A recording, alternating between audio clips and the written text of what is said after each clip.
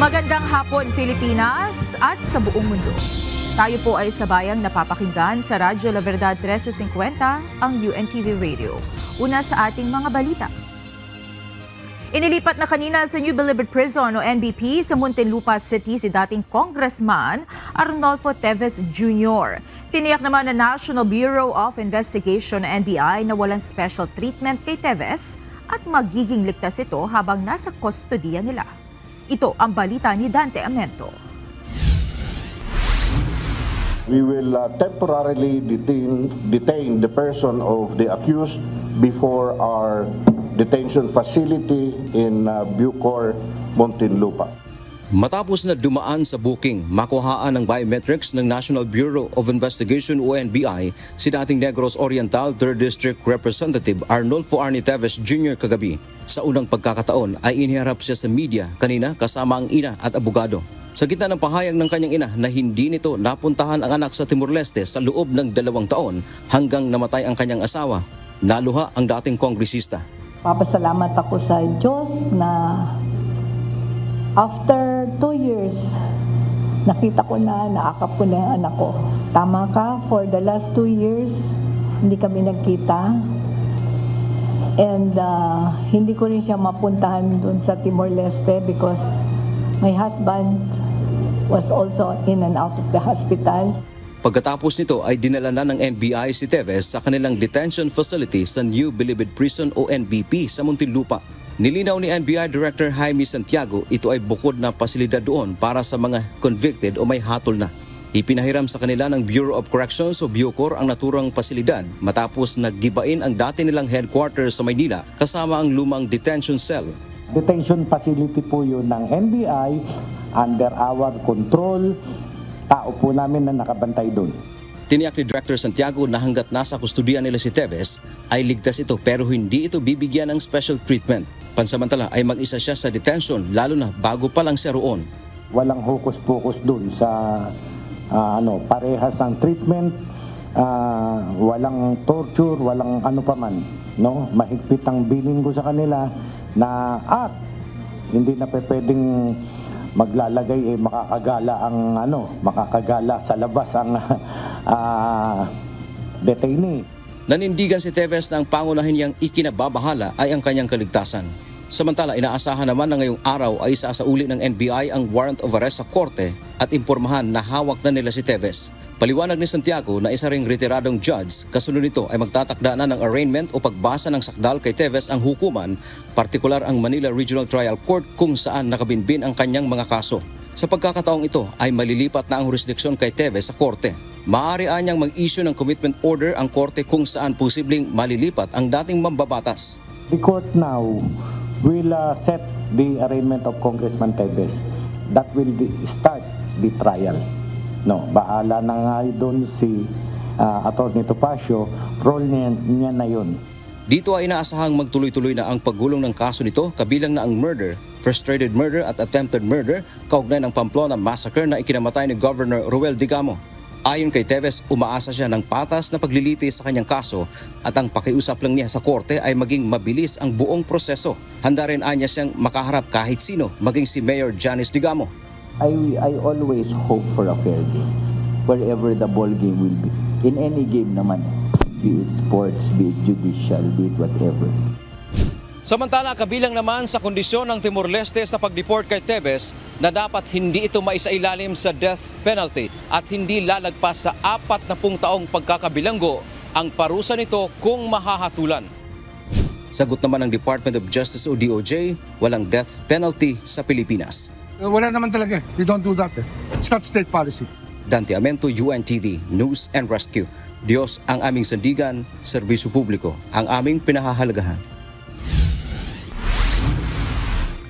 Mahigpit na binantayan ni Pangulong Ferdinand Marcos Jr. ang pag-turnover ng Timor-Leste government kay dating Congressman Arnolfo Teves Jr. sa Pilipinas. Ayon kay Presidential Communications Office Assistant Secretary Erel Cabatbat, nakasama sa extraction team na monitor ng Pangulo ang mga development bago pa man lumipad ang team na galing sa Pilipinas papuntang Timor-Leste. Actually, coordinate na namomonitor po ng Pangulo ang developments sa pagkuha po kay dating mambabatas Arnie Teves. Siya po ay nakabantay, nakaantabay sa development po. Ang alam po ko po, bago pa lang po kami mag-briefing, bago umalis, ay namomonitor po at napapaalam kay Pangulo ang nangyayari. Sa isang video message kagabi, binigyang pagkilala ni PBBM ang tulong ni Timor-Leste President Jose Ramos Horta at Prime Minister Kay Rala Gusmao para mapabalik sa Pilipinas si dating Congressman Arnolfo Teves Jr. Binuweltahan ng Malacanang ang legal counsel ni dating Pangulong Rodrigo Duterte na si Attorney Nicolas Kaufman. Ito ay matapos sabihin ni Kaufman na ang tunay na prosecutor ni dating Pangulong Duterte ay nasa Maynila na nakaupo sa palasyo. Tinutukoy ng legal counsel ni FPRRD si Pangulong Ferdinand Marcos Jr. Ayon kay Palace Press Officer at PCO Undersecretary Claire Castro, halatang napaliligiran ng fake news peddlers ang abogado. Dapat anyang tumutok na lamang ito sa kanyang trabaho. Well, anyway, it is very apparent and very obvious that Attorney Kaufman is being surrounded by fake news peddlers. He doesn't know the timeline, he doesn't know the facts of the case. He should be concentrating on his job as a counsel, not in engaging in rumor mongering. Magkakaiba ang posisyon ng ilang miyembro ng Senado kaugnay ng nakaambang impeachment proceedings. Ilan sa mga ito sang-ayon sa desisyon ni Senate President Francis Escudero na dapat unahin munang ipasa ang priority bills kaysa sa impeachment proceedings. Ngunit para naman kay Senate Minority Leader Aquilino Coco Pimentel III, dapat i-prioritize ang impeachment kaysa legislative matters alinsunod sa konstitusyon. Ito ang balita ni Asher Cadapan Jr. While among the functions and the responsibilities of the Senate is to act as an impeachment court, the primary mandate is to legislate, to craft and deliberate and pass laws that promote the general welfare of our people. Pangunahing mandato ng Senado ang paggawa ng batas. Ito ang binigyan diin ni Senate President Pro Tempore Jinggoy Estrada matapos magbago ang schedule ng impeachment proceedings sa Senado laban kay Vice President Sara Duterte. Kasunod ito ng pagpapaliban ni Senate President Francis Chis Escudero ng pagbasa ng Articles of Impeachment sa June 11 na naunang itinakda sana sa pagbabalik sesyon ng Kongreso sa Lunes, June 2. Hudyat ng pagsisimula ng impeachment proceedings sa Senado ang pagbabasa ng Articles of Impeachment na susundan naman ang pagkukonvene o pagtitipon ng mga senador bilang impeachment court. Ayon kay Senador Escudero, kailangang unahin ang pagpapasa ng parehong kapulungan ng Kongreso ng priority measures bago ang sine die adjournment ng Kongreso sa June 14. Suportado ni Senador Estrada ang desisyong ito ni Senate President Escudero. And the passage of the priority bills should take precedence as asserted by our Senate President Chis Escudero, as the CDD adjournment marks the official end of our regular session.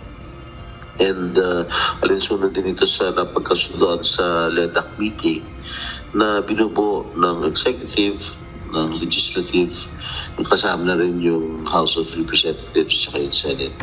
Sinabi naman ni Senador Sherwin Gatchalian na dumalo din siya sa Legislative Executive Development Advisory Council o LEDAC meeting kahapon kung saan nag-usap ang mga leader ng Kongreso kasama si President Ferdinand Marcos Jr. Aniya, kailangan tutukan ng Senado ang 12 panukalang batas sa loob ng nalalabing 6 na araw. Kailangan din anya na isagawa ng ilang komite ang Bicameral Conference Committee hearings at iba pang pagdinig. Dahil dito, payag si Gatchalian na ilaan ng Senado ang susunod na 2 linggo para tapusin ang natitirang bills at iba pang legislative priorities bago ito magpalit bilang impeachment court. Sang-ayon din si Senador Amy Marcos na dapat unahin ang mga naturang priority measure. Aniya, makatutulong ito sa bayan at hindi ang impeachment na pamumulitika lamang. Sa pagbabalik sesyon ng Kongreso sa Lunes, plano naman ni Senate Minority Leader Aquilino Coco Pimentel III na formal na hilingin ang impormasyon kay Senate President Francis Jesus Cordero kung bakit binago ang impeachment calendar na siya rin mismo ang nag-issue ilang buwan lang ang nakalilipas. Ngunit para kay Senador Coco Pimentel, hindi pa rin tama na ipagpaliban ng impeachment. Una sa lahat ano nga ako, February, ang position ko nga, noong February, pwede na nga dapat i-start yung i-convene yung impeachment court So, nasunod na nga yung impeachment calendar ni SP, linagay niya June 2 So, nasunod na actually, pero tapos hindi rin pala masusunod. So, masyado ng ano yan, sa tingin ko, hindi na yan in the spirit of forthwith, the trial shall forthwith proceed. Ipinunto ni Pimentel ang isang probisyon sa impeachment rules na kapag magkasabay ang legislative at impeachment matters, dapat magbigay daan ang legislative agenda para sa pagsasagawa ng impeachment proceedings. Pinapare-examine ko yung impeachment rules namin kasi ang naalala ko doon, may section doon or provision na kung makikita mo yung spirit ng rules, pagka nagsasabay ang impeachment at saka legislative matters, dapat ang nag-give way ang legislative matters, not the impeachment. Binigyan din ni Pimentel na nabanggit lang ni Escudero ang pagpapaliban ng impeachment bago simula ng LEDAC meeting. Gayunman, mahalaga na suportado rin anya ng mayorya ang desisyon ng Senate leader kaugnay ng pagbabago sa impeachment calendar.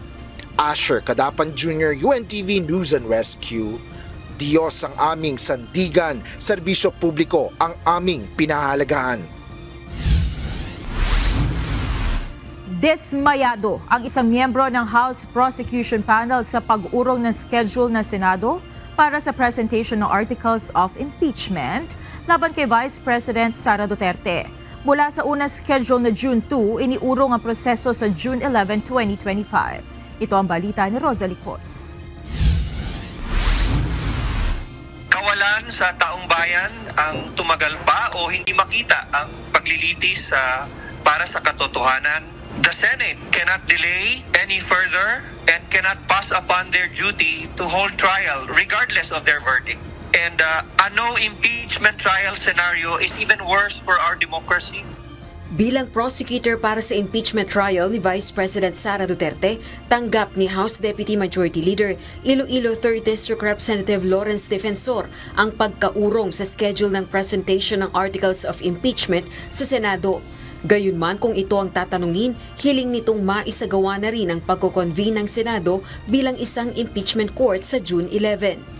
Mula June 2, iniurong sa June 11 ang presentation ng Articles of Impeachment, ang huling araw kung kailan may plenary session ang Kongreso. Aminado ang kongresista, nalungkot ito sa magiging pag-antala ng impeachment. Holiday ang June 12 Independence Day at Senate Day adjournment na ng 19th Congress sa June 14 hanggang July 27, 2025.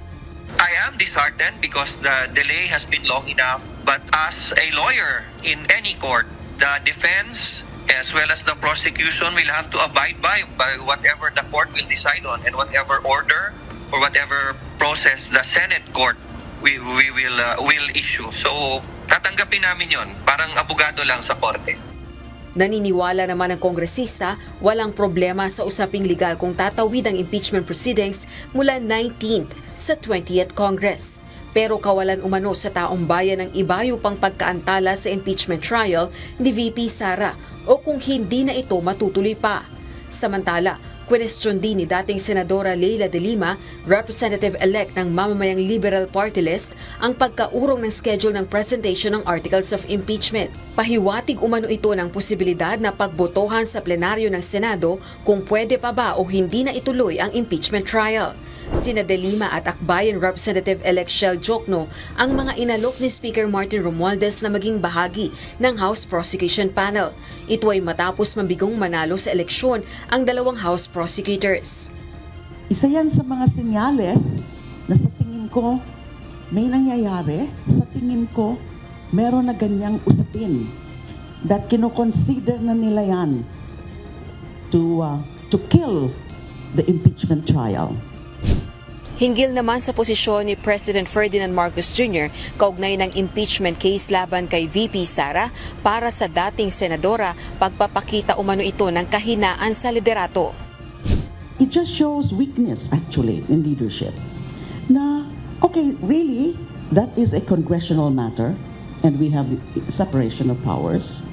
But in reality, so people will not believe if you say, if a president says, na wala akong pakialam. Kasi in the first place, hindi ko gusto. But this is a very significant matter. You don't really intervene because that is supposed to be what is expected kung the separation of powers is at play. But at least you show interest. Dahil sa pagbabago sa schedule ng presentation ng articles of impeachment, hindi pa tiyak sa ngayon kung sa Hulyo na nga mag-uumpisa ang paglilitis kay VP Duterte. Ito'y dahil nakabinbin pa rin ang schedule kung kailan magko-convene ang Senado bilang isang impeachment court. Umaasa pa rin ako na yung delay na yon is for the reading only. Mahirap namang mag-assume, mahirap din na mag-react ng prematurely. Rosalie Coz, UNTV News and Rescue. Diyos ang aming sandigan, serbisyo publiko ang aming pinahahalagahan. Hindi naniniwala si outgoing Philippine National Police Chief, Police General Romel Francisco Marbil, na reward ang pagkakatalaga kay Police Major General Nicolas Torre III kaya't nahirang itong bagong hepe ng PNP. Magunit ang si Torre ang nanguna sa paghahanap at pag-aresto sa religious leader na si Apollo Kibuloy at kay dating Pangulong Rodrigo Duterte. Ito ang balita ni Lea Ilagan.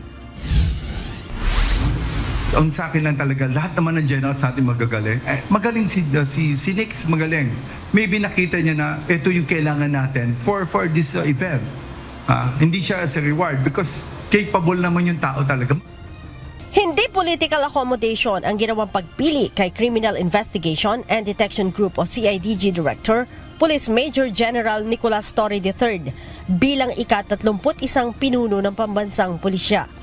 Ayon kay PNP Chief Police General Romel Francisco Marbil, mahusay sa trabaho, may dedikasyon at magaling na opisyal si General Torre.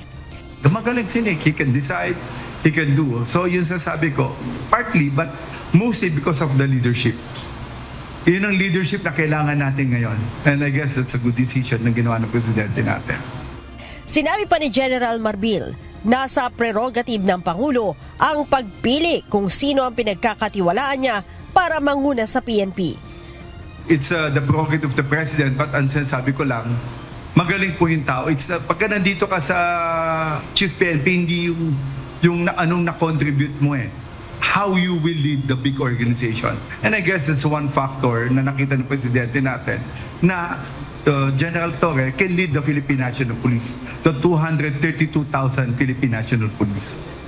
Nang tanungin si General Marbil kung ano ang maipapayo niya kay General Torre matapos na maapektuhan ang buong organisasyon sa bashing mula sa mga netizens, bunsod ng pag-aresto nito kay dating Pangulong Rodrigo Duterte, ito ang naging sagot ng general.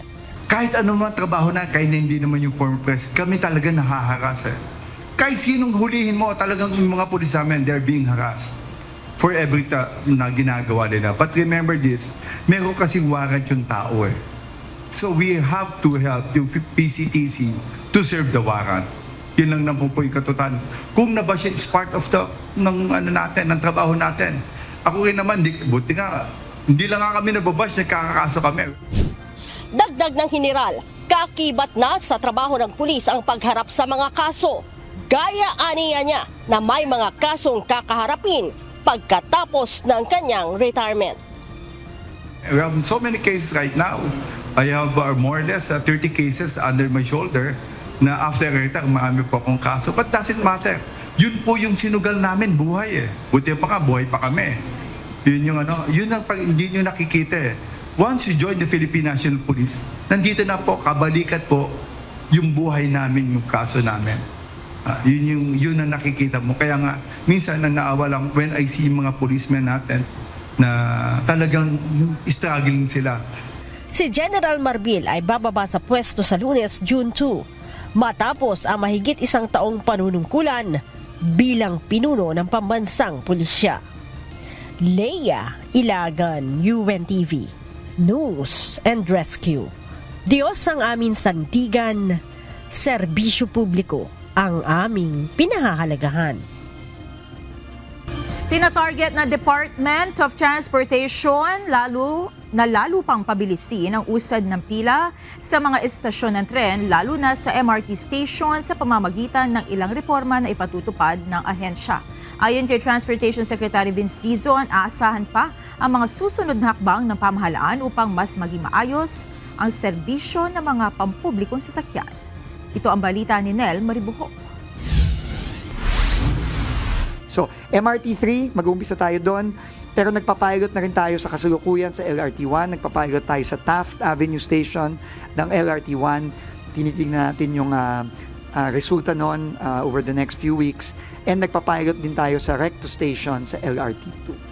Bukod sa MRT3 stations, plano ng Department of Transportation na tanggalan na rin ng X-ray machines ang mga istasyon ng Light Rail Transit o LRT 1 at 2. Ayon kay Transportation Secretary Vince Dizon, inuna lang nilang ipilot ito sa ilang istasyon ng MRT sa layuning mapabilis ang usad ng pila ng mga sasakay ng tren. Bukod pa ito sa ginawang pagdaragdag ng mga bibiyahe na tren.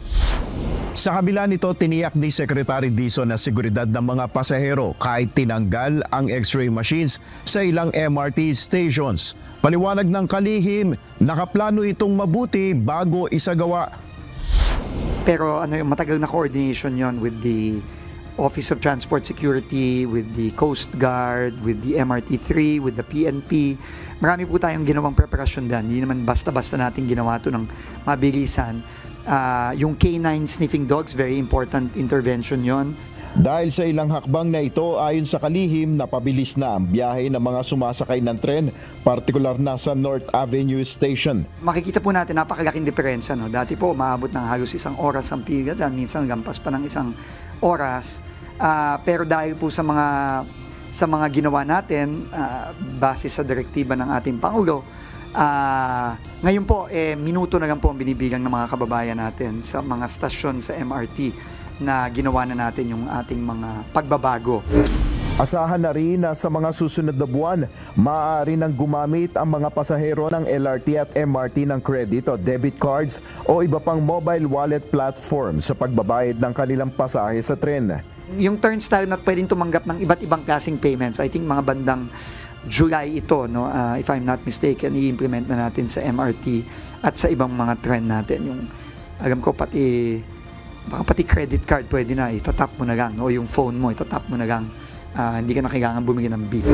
Samantala, kaugnay naman sa EDSA Rebuild, suportado ng kalihim ang suwestyon ni Architect June Palafox na buksan ang kalsada ng mga gated community at maging military camps para magsilbing alternatibong ruta sa oras na magsimula ang EDSA Rebuild. Ayon sa kalihim, maganda ang panukalang ito at sa kasalukuyan ay pinag-aaralan na rin anya ito ng Metropolitan Manila Development Authority o MMDA. I think that's very valid from Architect June, no? That the government should push for that kasi ano na yan, no? Kumbaga para sa public good na yan. Nel Maribuhok, UNTV News and Rescue. Diyos ang aming sandigan, serbisyo publiko ang aming pinahalagahan. Inatasan na Department of Transportation o DOTR ang mga bus operators na ayusin ang kanilang mga terminal sa loob ng 60 araw. Ayon kay Transportation Secretary Vince Dizon, maaaring maipasara o mapatawan ng mga parusa ang mga bus operators na hindi susunod. Pagkatapos ng 30 araw, magsasagawa ng inspeksyon ng DOTR at bibigyan pa ng 30 araw ng DOTR ang mga bus terminals para makasunod. Ang kautusan na ito ng DOTR ay kasunod ng mga ipinasarang bus terminals sa Pasay City dahil hindi umano maayos ang serbisyo sa mga commuter. Pag hindi sila nag-comply, sabi po natin sa kanila, pasensyahan po tayo. Baka papasara po natin yung mga terminal na yun. No? At baka may iba pang sanctions na i-impose dun sa mga bus companies na yun. Habang papalapit ang pagsisimula ng malawakang rehabilitasyon sa EDSA, hindi lamang mga motorista ang may pangamba kundi maging ang sektor ng paggawa. dahil ito sa posibleng matinding abala sa araw-araw na biyahe at trabaho. Ito ang balita ni Jed Neresina. Lagi po na pag-uusapan, work from home, telecommuting, lahat po yan kasama sa pwedeng mapag-usapan. Nagpulong ngayong araw ang Department of Transportation, Department of Labor and Employment, Department of Public Works and Highways, Metropolitan Manila Development Authority kasama ang iba't ibang employers organization upang talakayin ang nalalapit na EDSA rebuild. Isa sa layo ng nasabing pagpupulong ay ang pagsasaayos ng working schedule ng mga manggagawa na posibleng maapektuhan ng nasabing proyekto. Ayon kay DOLE Secretary Bienvenido Laguesma, kasama sa nakikita nilang paraan ay ang pagkakaroon ng alternative working setup. Ngunit hindi nila ito maaaring ipatupad agad hanggat walang konsultasyon sa mga employer at mga manggagawa. Gusto po naming makakuha ng mas accurate na senaryo, kagaya po ninyo. Kami naman po sa DOLE para matulungan po namin ang mga manggagawa sa kolaborasyon po ng ating mga employers organization na naririto ngayon, ano pang klase pong modus vivendi o arrangement magiging mutually beneficial po. Hindi makakapinsala sa pagpapatuloy ng negosyo, pero matiyak din po na hindi rin mapipinsala ang ating mga manggagawa. Kaugnay nito, sinabi ni Sergio Ortiz Luis Jr., ang Pangulo ng Employers Confederation of the Philippines o ECO, na kailangang magkaroon ng maayos na regulasyon tungkol sa alternatibong paraan ng pagpasok sa trabaho, lalo pa at hindi pare-pareho ang working arrangement ng mga manggagawa sa bansa. Ano ba yung mga pwedeng gawin natin para ma-adjust yung time or working arrangement? Dahil karamihan dyan will have to be affected by certain laws. Like for instance, if you want to work longer, if you want to have yung work from home, mayroong mga arrangement na kailangan, mayroong blessing. At sana, mabigyan ng incentive yung mga employers para i-adapt yung mga gagawing changes. Sa kasalukuyan, walang pagbabago sa anumang polisiya o plano na may kaugnayan sa rebuilding ng EDSA, gaya na lang ng pagpapatupad ng odd-even scheme sa darating na June 16. Jed Neresina, UNTV News and Rescue. Diyos ang aming sandigan, serbisyo publiko ang aming pinahahalagahan. Ibinahagi ng Japanese Embassy ang mga larawan ng progress sa konstruksyon ng Camp Aguinaldo Station ng Metro Manila Subway Project o MMSP sa Quezon City. Sa mga larawang kuha ng kontraktor nito na Sumitomo Mitsui Construction Company Limited, makikita ang nahukayan na area sa may Camp Aguinaldo para sa magiging istasyon ng subway. Nabutasan na rin ang tunnel at nalatagan na ng mga concrete walls sa paligid bilang bahagi ng structural works nito. Ang Camp Aguinaldo Station ng Metro Manila Subway ay parte ng Japan's Official Development Assistance o ODA na pinondohan sa pamamagitan ng Japan International Cooperation Agency o JICA. Noong November 2021, nagsimula ang pre-construction activities para sa Camp Aguinaldo Station ng subway. Habang nitong January 2025 naman, nailunsad ang tunnel boring machine na ginamit sa pagbutas nito. Nagbabala ang Metropolitan Manila Development Authority o MMDA sa mga motorista na magtatakip ng plaka upang makaiwas sa violation sa pamamagitan ng No Contact Apprehension Policy o NCAP. Ayon sa MMDA, mayroong kaukulang multa sa mga gumagawa nito. Ito ang balita ni Jed Neresina. Let's follow the rules. Let's be fair to everyone. Marami naman po sa ating kababayan sumusunod. So, hindi lang po ito para sa panghuhuli, no? It's also for the safety. Tandaan po natin, as I said, the motor vehicle plate numbers is also an identification ng ating mga sasakyan.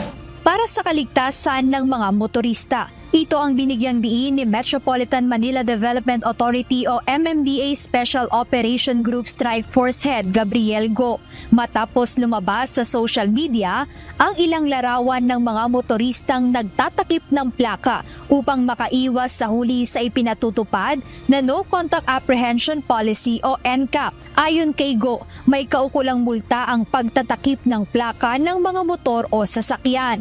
It's already a grave violation of our traffic code. Yung pagtatakip po ng mga plaka. Alam naman po natin, plate numbers or the motor vehicle plate numbers, it serves as an identification ng mga sasakyan. There is an actual violation of 5,000 pesos. And if you've seen na meron din po tayo mga ginagawang hakbang, katuwang po ang mga ibang ahensya tulad po ng LTO na kung saan pag tinatakpan ng mga plate numbers, maaari din po sila mabigyan ng show cause order. Isang rider na ang nasampulan ng Land Transportation Office kung saan pinatawan ng 90 days preventive suspension ang lisensya nito sa pagmamaneho. Ito'y matapos niyang sadyain na takpan ang plaka ng kanyang motorsiklo para makaiwas sa huli ng NCAP. Nagpalabas na ng show cause order ang LTO laban sa rehistradong may-ari ng motorsiklo at iniutos sa kanya na humarap sa kanilang central office upang magpaliwanag kung bakit hindi siya dapat patawan ng karampatang parusa. Pansamantala ring inilagay sa under alarm status ang motorsiklo upang pigilan ang anumang transaksyon habang iniimbestigahan ang kaso. Samantala, binigyang diin ng MMDA na walang dapat ipag-alala ang publiko sa ipinatutupad na NCAP sa ilang pangunahing lansangan sa Metro Manila. If you do not have that sense to violate, I think there's no purpose na para takpan yung inyong mga plaka. It's a reminder also na hindi naman po inconsiderate ang ating sistema. So wag po kayo mag-aalala, wag po kayo matatakot na kung ano iniisip nyo basta na lang po kayo mabibigyan ng violation. Hindi po tayo ganun. Bukod dito, nagpaalala rin ang MMDA sa mga motorista na sumunod sa mga batas trapiko upang maiwasan ang patong-patong na violations. Jedne Resina, UNTV News and Rescue. Diyos ang aming sandigan, serbisyo publiko ang aming pinahahalagahan.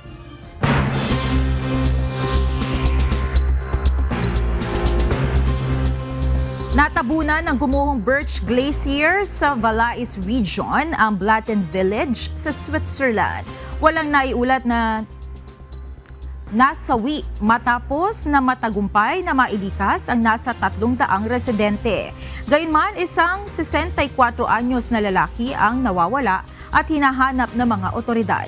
Ayon sa mga eksperto, ang pagguho ng glacier ay sanhi ng pag-init ng permafrost bunsod ng climate change. Nagdulot naman ng pagbaha ang mga pagkatunaw ng nasa milyong cubic meters na yelo at bato mula sa Swiss Alps. Bumagsak ang isang P-3 patrol plane ng South Korean Navy sa lungsod ng Pohang habang nasa training flight. Bagamat walang sibilyang naulat na nasaktan sa insidente, nagresulta naman ito sa pagkamatay ng 4 na crew. Nagsimula na ng investigasyon ng Navy at pansamantalang pinatigil ang operasyon ng mga kaparehong eroplano. Natagpuan ang bumagsak na eroplano sa isang burol malapit sa isang apartment at agad na rumisponde ang mga bumbero upang apulahin ang apoy. Simula July 1, ipatutupad ng France ang pagbabawal sa paninigarilyo sa mga pampublikong lugar tulad ng mga beach, mga parke, garden, labas ng paaralan, bus stops at sports venues. Ayon kay Health Minister Catherine Vautrin, layo nito na gawing tobacco-free ang outdoor spaces lalo na mga lugar na may mga bata. Hindi naman saklaw ng pagbabawal ang outdoor areas sa mga cafe at bar. Sinumang lalabag ay pagmumultahin ng €135. Sa kabila ng pagbaba ng bilang ng naninigarilyo sa bansa, higit 75,000 pa rin ang namamatay taon-taon dahil sa mga sakit na dulot ng sigarilyo. Kinilala na isang non-profit organization sa Estados Unidos ang serbisyo ng mga guro na matagal nang naglilingkod sa komunidad. Kasama sa binigyang parangal ang isang Filipino teacher sa kanilang ambag sa sektor ng edukasyon sa Estados Unidos. Ito ang balita ni Klein Sinca. Nagbigay parangal ang Association of Film Teachers of America, isang nangungunang non-profit sa Estados Unidos sa mga guro sa US na may 5 taon o higit pang serbisyo, mga retirado at mga gurong nagtuturo sa ibang bansa. Ito'y bilang bahagi ng kanilang higit 30 taong paglilingkod sa Filipino community sa Amerika at Pilipinas. Kabilang sa mga nabigyan ng parangal sina Deputy Director of Assessment Bureau and NAEP State Coordinator of New Mexico Public Education Department na si Leonil S. Tulabing at dating DepEd Undersecretary at Presidente ng iCare Batang Pinoy Incorporated, Dr. Lorna Digdino. Ayon kay Deputy Director Tulabing, naapektuhan ang sektor na edukasyon sa Estados Unidos dahil sa mga cost-cutting measures sa Education Department at immigration policies ng Trump administration. The increase of cost of living, especially for the houses, typical needs, I think it's not only in New Mexico itself as a state that we're lacking teachers, it's also across the nation. Dagdag niya, apektado din sa pagtaas ng gastos ang mga guro dahil hindi din naman tumataas ang kanilang mga sahod. Hindi naman maiwasang ikumpara ni Dr. Dino ang kalidad na education system ng Pilipinas at Amerika. Ayon sa kanya, kailangan tugunan ng Pilipinas ang mga issue sa comprehension at pagbabasa mula pa lamang sa elementary level. Binigyan din niya ang kawalan ng equity dahil sa kakulangan sa mga eksperto, guro at paaralang tumutugon sa mga estudyanteng may special need. Iginiit din ng Film Educators sa US ang pangailangan ng tapat at epektibong pangasiwa sa education system ng Pilipinas upang maresolba ang mga suliranin at itaas ang kalidad ng edukasyon sa bansa. We always compare what's happening for special needs children in other countries, how they are being treated, how they are being supported. But in the Philippines, we haven't helped them a lot yet. And honesty is still not being said about governance and management. That's never part of their definition of how should management be, how governance should be.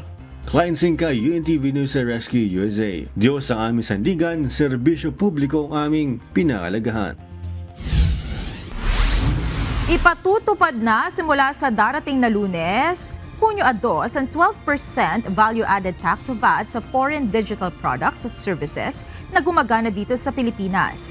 Samantala, nagbabala naman ang Bureau of Internal Revenue o BIR na maaaring maipasara ang operasyon sa Pilipinas sa mga foreign digital service providers na hindi rehistrado sa kanilang tanggapan.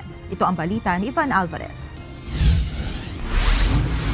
Hindi naman natin maiwasan na magtaas ng presyo ang mga foreign digital service providers para dito sa dagdag or sa pagpataw ng VAT on digital service providers. So, isa yan sa magiging epekto.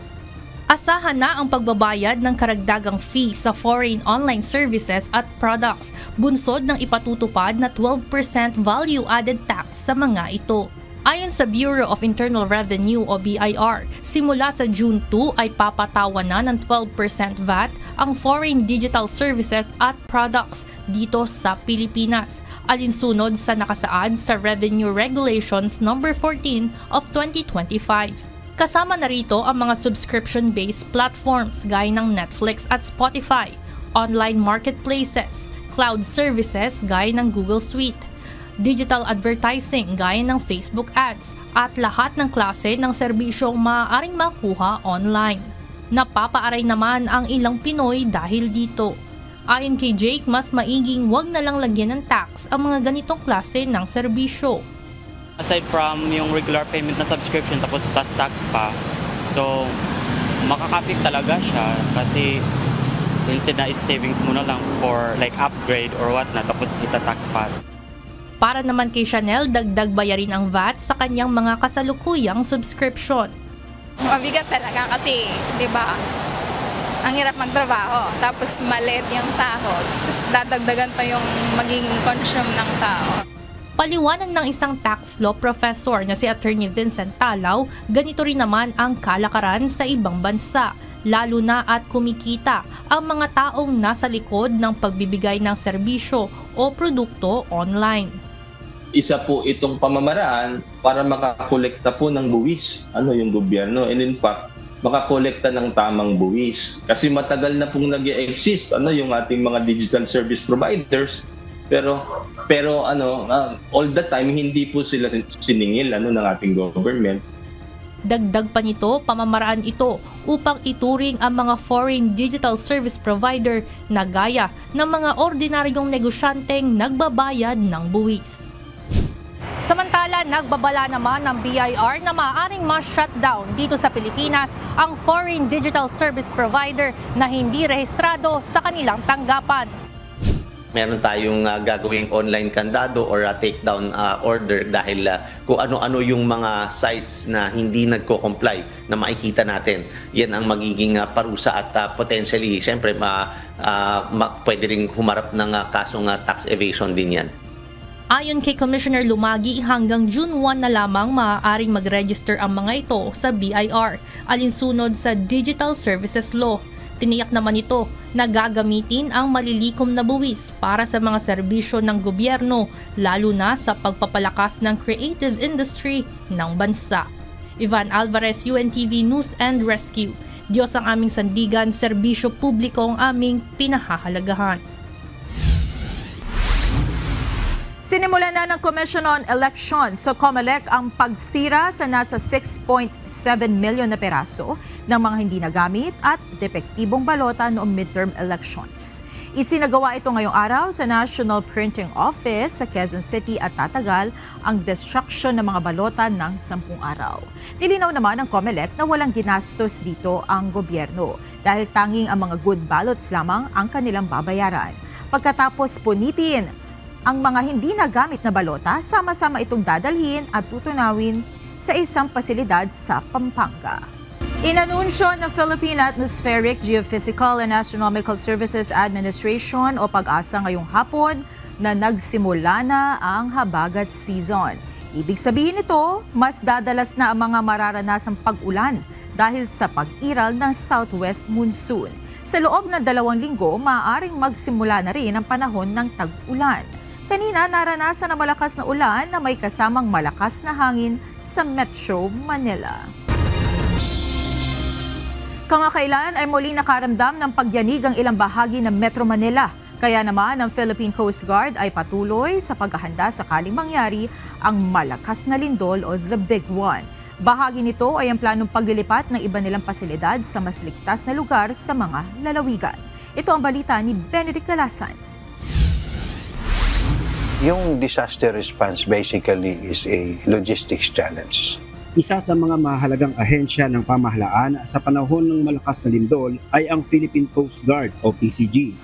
Base sa pag-aaral, sakaling dumalaw ang West Valley Fault, ay posible itong maglabas ng magnitude 7.2 na lindol na sisira sa daang-daang libong mga establishmento sa Metro Manila. Ayon kay PCG Commandant Admiral Ronnie Hilgavan, makatutulong ang puwersa ng PCG sa pagbiyahe ng mga kailangan sa pagresponde sa mga apektadong lugar. During the Big One, yung magiging hub, for example, ng response will be outside Manila. Yes. Actually, it is in the Visayas. So yung fleet ng Coast Guard will be allocated to do a part of the job. Subalit kung ang lindol naman ay manggagaling sa karagatan, partikular na sa Manila Trench, mismong ang mga rescuer ay posibleng maapektuhan. Maaaring maglabas ng magnitude 8.3 na lindol ang Manila Trench at posibleng lumikha ito ng mataas na tsunami.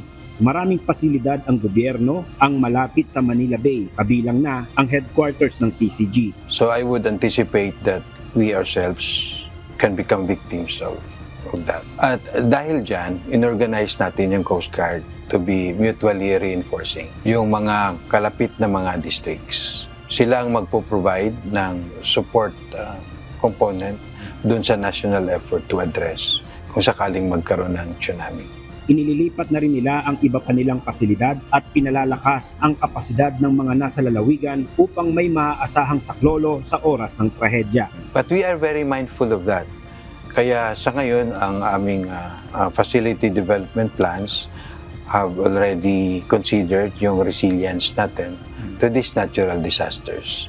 We will be moving some of our units to better places to be more resilient. Ang Philippine Coast Guard ang pangunahing tagapagbantay ng mahigit sa 7,000 isla ng Pilipinas. Mayroon din silang 52 functions na dapat tugunan, kabilang na ang search and rescue operations. Para sa iba pang detalye ng panayam sa pinuno ng PCG, manood ng Lifesaver sa linggo sa ganap na 10:00 ng umaga dito sa UNTV. Benedict Galasan, UNTV News and Rescue. Diyos ang aming sandigan, serbisyo publiko ang aming pinahahalagahan.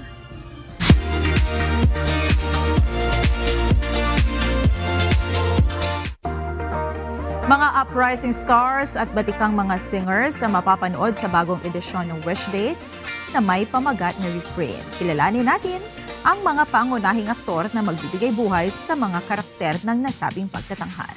Ito ang balita ni Ivan Alvarez.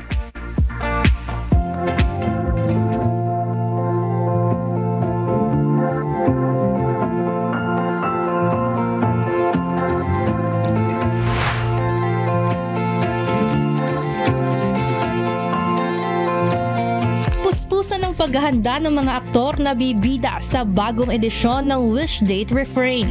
Masaya nilang ikinuwento ang kanilang karanasan sa naging proseso ng paggawa ng pelikula na bahagi ng naturang konsyerto. Humanga sa naging pagtrato ng Wishdate production team ang first-timer na si Aisel Serrano na may mga nagawa ng pelikula na mapapanood sa Netflix. It's been a great experience po, of course, with my co-actors and with the production.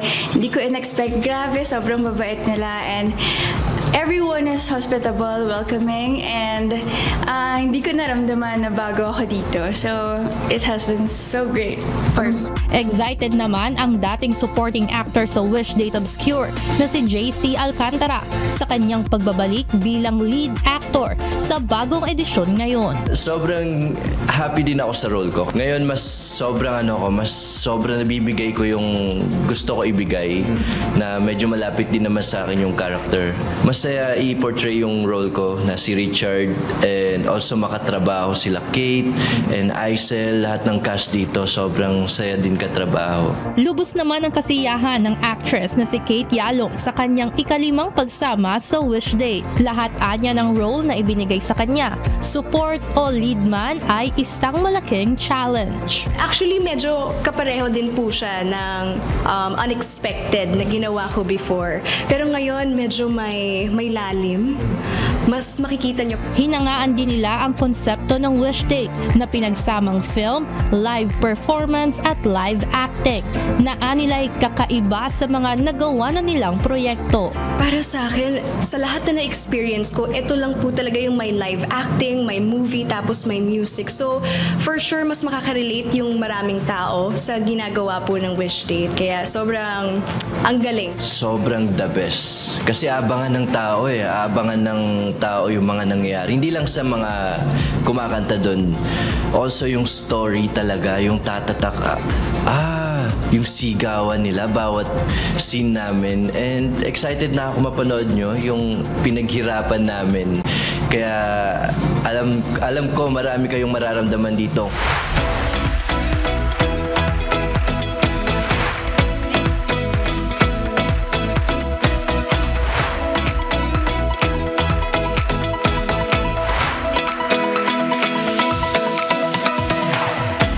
Abangan ang ika-18 edisyon ng Wishdate na may titulong Refrain sa June 1 sa Mall of Asia Arena. Abangan ang pagharana ng mga OPM artists sa mga wisher, kasama ang tinaguriang Asia's Nightingale na si Lani Misalucha, King of Acoustic Pop na si Noy Volante, uprising band na Over October, singer-songwriter Mark Carpio, at ang KDR Music House Group na Letters from June. Hello Wishers, this is Kate Yalong at gusto ko po kayong invite this June 1 sa Mall of Asia Arena. See you there! Sana suportahan niyo po kami. This June 1 na yan sa Mall of Asia Arena. Kaya sana panoorin niyo po kami doon. See you there!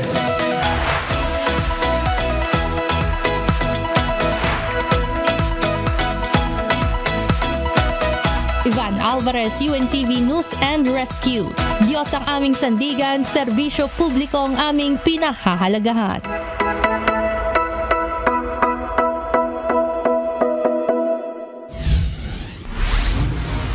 Binigyan parangal kagabi ang Wish 1075 sa ginanap na ika-6 na Village People Choice Awards. Bukod sa Wish, dinaluhan din ito ng iba't ibang personalidad at grupo na kinilala rin sa kanilang larangan. Ito ang balita ni Jed Neresina. And the VP Choice Award goes to Wish FM 1075. Patuloy na nagbibigay ng dekalidad na mga programa at umaakit ng milyong-milyong Pilipinong tagapakinig. Ito ang Wish 1075, isang malaking karangalan ng itanghal na FM Radio Station of the Year, ang Wish 1075 sa ginanap na Village People Choice Awards kagabi. Ang pagkilalang ito ay nagpapatibay sa patuloy na pagsisikap ng Wish 1075 na maghatid ng makabuluhang serbisyo sa kapwa at mag-ambag sa pagpapayaman ng musikang Pilipino. So first of all, maraming salamat sa VP Choice Awards for this recognition. Salamat sa pag-recognize ng aming craft, ng aming trabaho. Talaga nakakataba ng puso at nakaka-inspire yung mga ganitong recognition kasi it means na-appreciate nila yung ginagawa ng Wish 1075. Kilala ang Wish 1075 sa kanilang wish bus na nagbibigay pagkakataon sa mga Filipino artist na magtanghal ng live at mas mapalaganap ang kanilang mga talento sa buong mundo. Ngunit higit pa rito, kinikilala rin ang Wish 1075 sa kanilang mga proyekto na nakasentro sa paglilingkod sa kapwa, mga adhikaing patuloy na isinusulong ng radio station. It means a lot kasi isa ito sa mga inspirasyon namin para mas pagbutihin pa yung ginagawa namin, yung craft namin. So thank you so much for this additional inspiration. Ito na ang ika-6 na Village People Choice Awards kung saan binibigyang pagkilala ang mga napiling paborito ng publiko mula sa iba't ibang kategorya gaya ng lifestyle, business, entertainment at iba pa. Me, as an individual, I'm a fan of award-giving bodies, not only locally but internationally. So when I conceptualized doing this particular VPCA, I wanted to engage the people. The people basically decides who is going to win every year here at the VPCA. But basically, it's empowering people, making them choose who they really want in terms of brands, in terms of artists, in terms of whoever will win here. It's a testament to the artists as well, how they are able to reach the fan base here in the Philippines. Ang pagkakaroon ng ganitong award ay isang patunay ng kahusayan at dedikasyon ng Wish 1075 sa pagbibigay ng dekalidad na programa sa lahat ng wishers. At sa muling pagsapit ng anibersaryo ng FM Radio Station on Wheels sa darating na Agosto, asahang magpapatuloy ang lahat ng magandang nasimulan ng Wish 1075. So wishers, keep on wishing!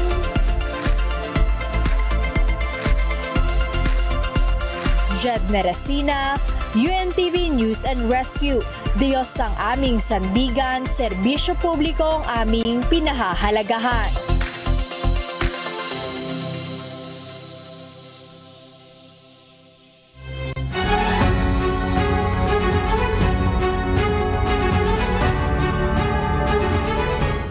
Samantala, sa kapapasok lamang na balita, pinagtibay ng Commission on Elections o COMELEC-ONBank ang naunang desisyon ng COMELEC First Division na i-dismiss o ipawalang bisa ang disqualification complaint laban sa bagong henerasyon party list. Dahil dito ay inaasahang matutuloy na ang proklamasyon sa BH Party List bilang isa sa mga nanalo at nakakuha ng pwesto sa mababang kapulungan ng Kongreso. Tanging Temporary Restraining Order o TRO na lamang mula sa Korte Suprema ang maaaring makapigil dito. Bibigyan ng Department of Social Welfare and Development o DSWD ng 80,000 pesos na assistance si Rose, ang babaeng nag-viral kamakailan dahil sa paglabas nito mula sa isang imburnal sa Makati City. Ang perang ibibigay ng DSWD ay magsisilbing puhunan ni Rose para makapagsimula ng isang sari-sari store. Batay sa assessment ng social worker ng DSWD, capable naman si Rose na makapagsimula ng isang sari-sari store at ito rin anya ang kanyang pangarap. Samantala, bukod kay Rose, tutulungan din ng DSWD ang partner nito na si Jerome para magkaroon ng hanap buhay. Kapwa sila nakatira sa isang kalsada sa Pasuntamo sa Makati City. Plano ng Department of Social Welfare and Development o DSWD na dagdagan pa ang bilang ng mga benepisyaryo sa ilalim ng Walang Gutom program. Ayon kay DSWD Secretary Rex Gatchalian, dahil sa naging matagumpay na implementasyon ng programa sa pagpapababa ng antas ng kagutuman sa bansa, target ng ahensya na madagdagan ng 300,000 ang mga benepisyaryo ngayong taon. Ito ay kasunod ng ulat ng Social Weather Station o SWS ukol sa pagbaba ng antas ng kagutuman sa ilang bahagi ng bansa. Ito ang balita ni Mia Alonso. Batay dun sa survey between yung October and December round, talagang bumaba po, lalong-lalo na sa mga beneficiary. From 48.7% nung nagsimula, bago mag-start yung walang gutom, by December, naging 44.6% na lang po sa kanila ang may karanasan ng gutom or a 4.1 percentage point decline.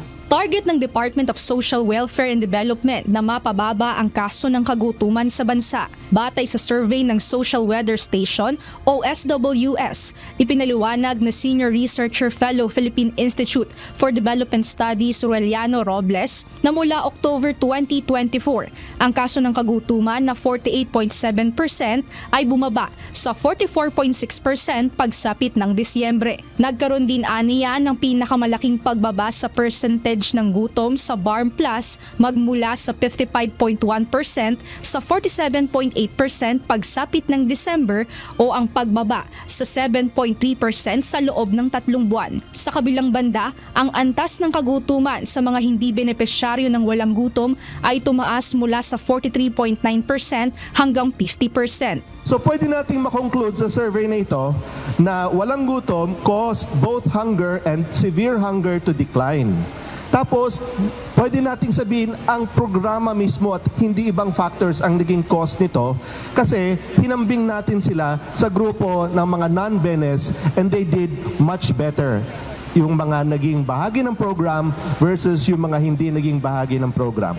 Ayon naman sa Vice President ng SWS, face-to-face ang survey interview sa mga pre-listed ng DSWD na pinupuntahan sa kani-kanilang mga bahay.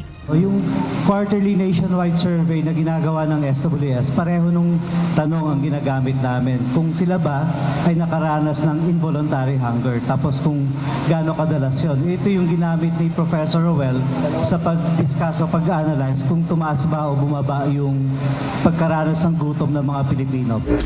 Samantala, sinabi ni DSWD Secretary Rex Gatchalian, dahil sa nakitang improvement o epekto ng proyekto sa pagbaba ng kagutuman sa bansa, plano ngayon ng ahensya na madagdagan pa ang mga benepisyaryo nito. Isa si Aling Jean sa napagkalooban sa food redemption. Ayon sa kanya, napakalaking bagay nito lalo na sa katulad niya na kamakailan lang ay na-diagnose ng stage 3 breast cancer. Pagta-tricycle driver lamang ng kanyang asawa ang kanilang inaasahan, kaya buti na lang aniya ay nakasama sila sa napiling maging benepisyaryo ng walang gutom program ng DSWD. Malaking tulong po talaga to kasi lalo na last January, wala na akong trabaho, hindi na ako pwedeng magtrabaho. So, ito napakalaking tulong kasi hindi na ako pwedeng magpagod. So, malaking tulong to para sa akin. Problemahin ko pa araw-araw yung kung saan kami kukuha ng pambili ng bigas, ng pagkain namin. So, ito napakalaking tulong. Dito sa redemption area, ina-avail ng mga beneficiaries ang kanilang mga bibilhing pagkain sa pamamagitan ng 3,000 pesos na food voucher. Kaya naman ayon kay Secretary Gatchalian, dahil nakikitang epektibo ito ay palalawakin at dadagdagan ng magiging beneficiary ng programa. Palalawakin na natin yung programa. Kung matatandaan nyo, year 1 niya, first 300,000. So naka-enroll na yon. Kasama nga yung mga nasa likod ngayon na nag-food redemption. Ang goal natin this year, another 300,000. At next year, hopefully, another 150,000. Kasi kung titignan nyo yung PSA na data, ang sinasabi natin na food poor, ito yung mga Pilipino na nakakaranas ng kagutuman, ang total na bilang nila, 750,000 households. Target ng ahensya na ma-enroll sa programang walang gutom ang nasa 750,000 households at unti-unti nang masakop ang lahat ng food poor sa bansa. Mia Alonso, UNTV News and Rescue. Diyos ang aming sandigan, serbisyo publiko ang aming pinahahalagahan.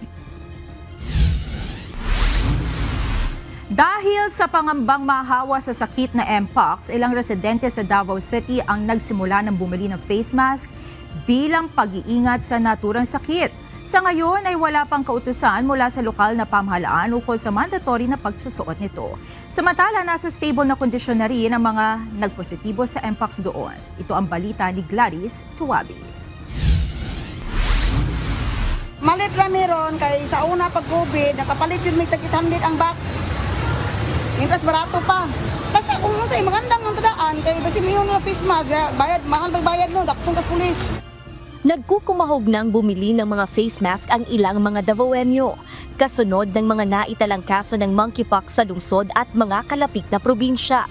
Simula kahapon, abala na ang mga tindahan dahil sa pagdagsa ng mga customer upang mamili ng bultong face mask. Dahil sa takot na biglang tumaas ang presyo ng face mask, minabuti na ng ilang Davaoenyo ang pagbili ng maramihang face mask at bilang pag-iingat na rin laban sa Mpox. Sa isang butika sa Agdao, Davao City, kahapon pa lang ay ubos na ang kanilang mga disposable face mask. Hindi bababa sa 5 boxes ng face mask ang binili ng bawat customer nila.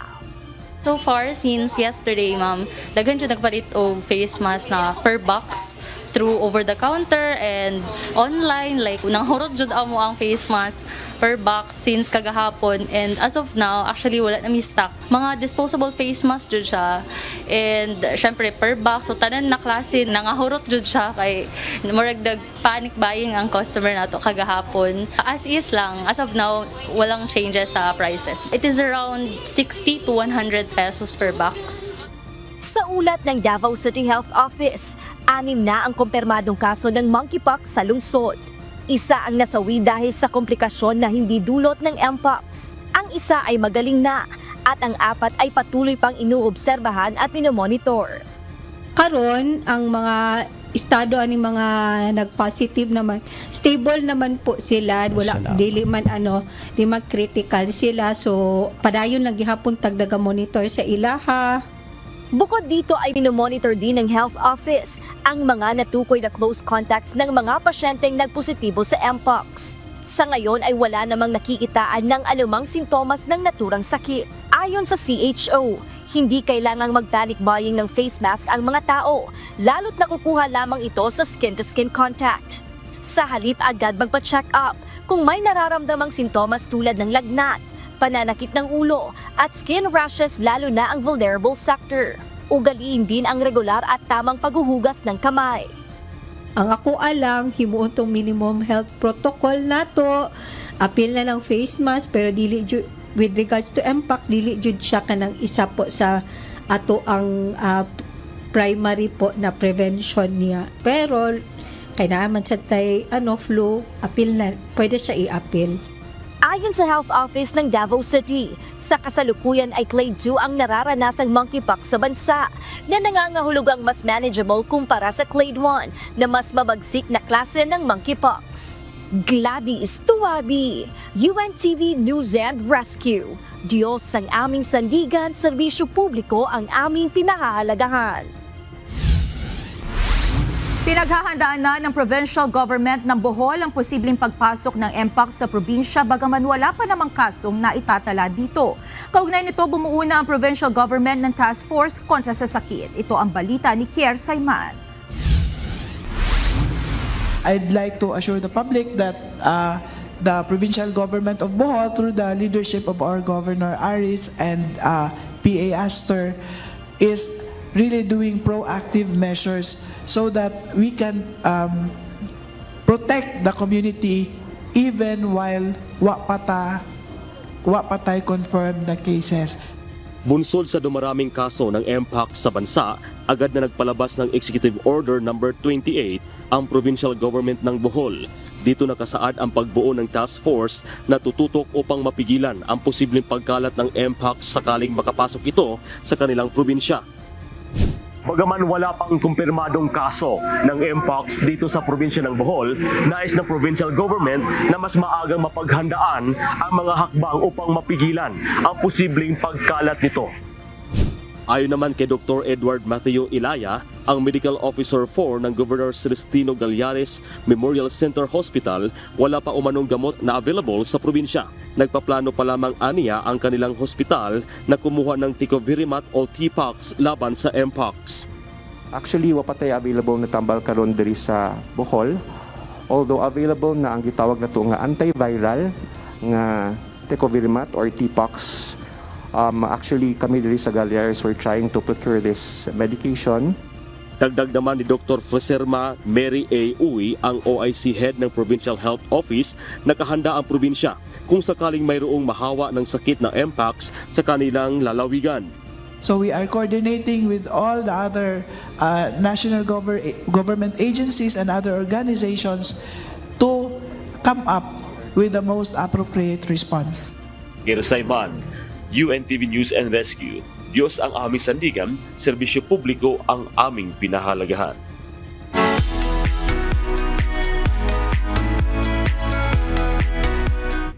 Maraming mga tourist destinations sa City of Pines na madalas pinapasyalan. Pero alam nyo ba na may mga parke sa lungsod na dating hindi tinatangkilik pero ngayon ay pinipilahan na ng mga turista at residente? Ito ang balita ni Grace Doctolero. Sawa na ba kayo sa pamosong Burnham Park, Wright Park o Mines View Park sa City of Pines? Tara na't pasyalan ng mga parke sa City of Pines na dating hindi tinatangkilik pero ngayon kabilang na sa dinadayo at pinipilahan ng mga turista at ng mga residente sa Baguio.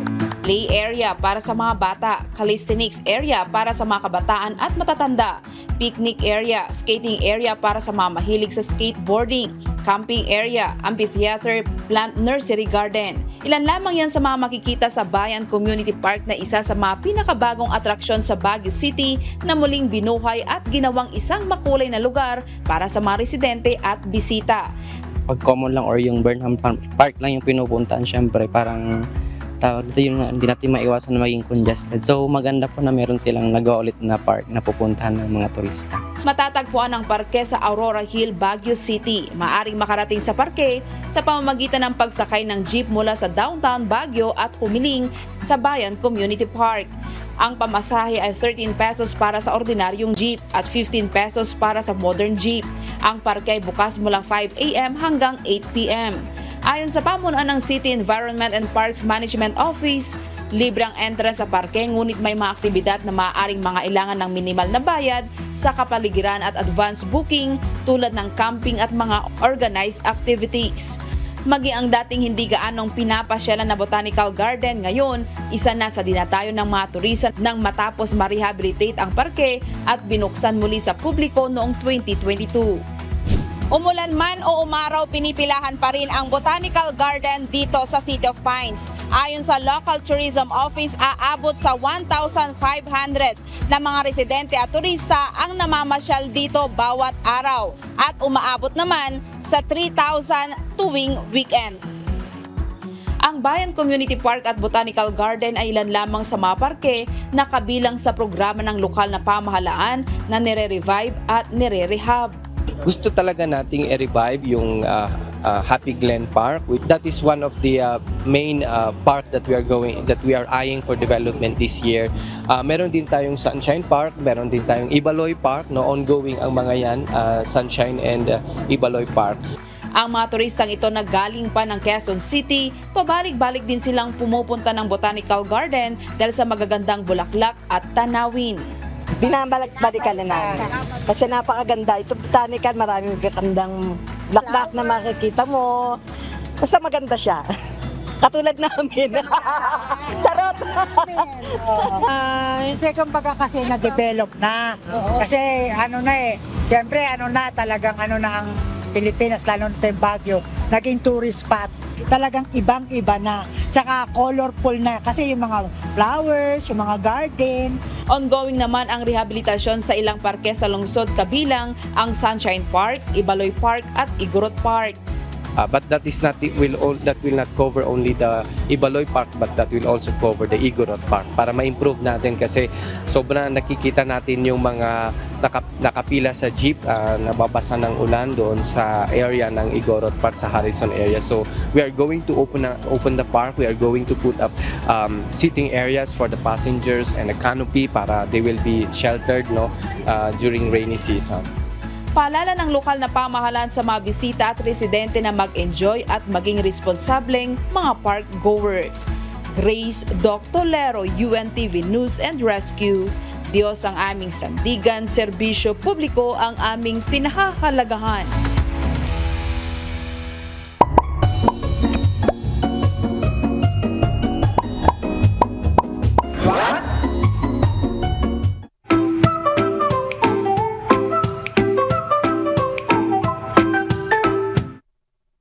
Akala natin, pagka tumanda, wala nang laban ang memorya.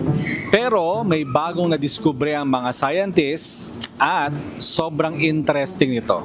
Pakinggan niyo po. Yung mama ko po. Ano nangyari? Kami kilala niya pero yung iba, tas paulit-ulit po siya sa mga salita. Ano ginagawa niyo para kahit papaano manumbalik yung memorya niya? Ano lang sir, yung kakausapin mo lang siya ng kakausapin. I think may mga mental games. Ay mali, puzzles. Kailangan socialization, ganun, lalabas-labas. Sa loob ng utak, may tinatawag na glycocalyx, isang manipis pero importanteng sugar layer na nagpoprotekta sa brain cells laban sa toxins. Habang tumatanda, numinipis ito kaya mas bumabagal ang memorya at mas open ang utak sa damage. Ayon sa Stanford University, tinesting muna nila ito sa mga matatandang daga. Bakit daga? Kasi mabilis ang life cycle ng daga kaya mas madaling makita ang epekto ng treatment sa memory loss. At nang naibalik ang glycocalyx, bumalik din ang memorya ng mga daga. Imagine kung kaya rin to sa tao. Memory loss, posibleng may solusyon pala. Ang galing no? Baka sa susunod na mga taon di na tayo makakalimot. Abangan natin yan. Sana may natutuhan kayo at laging tatandaan, mapalad ang tao na nakakasumpo ng karunungan at ang tao na nagtatamo ng kaunawaan.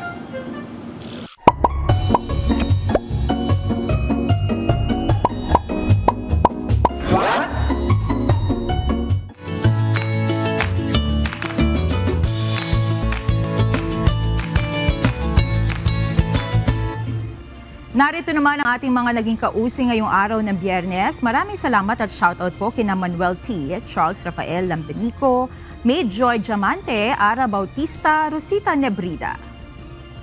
Samantala, narito naman ang salita ng Diyos na ating sandigan mula sa aklat ng Ecclesiastes, Kapitulo 6, versikulo 12, na nagsasabi, sapagkat sinong nakakaalam kung ano ang mabuti sa tao sa kanyang buhay, lahat ng mga kaarawan ng kanyang walang kabuluhang buhay na kanyang ginugol na gaya ng anino. Sapagkat sino makapagsasaysay sa tao kung ano ang nangyayari pagkamatay niya sa ilalim ng araw.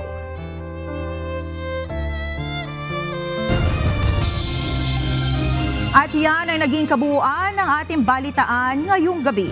Aming inilahad ng buong katapatan kung paano namin nasaksihan. Kayo'y makapagtitiwala na ang aming nakita at narinig, ang aming ibinabalita. At dito sa UNTV, Diyos ang aming sandigan, serbisyo publiko ang aming pinahahalagahan. Magandang gabi.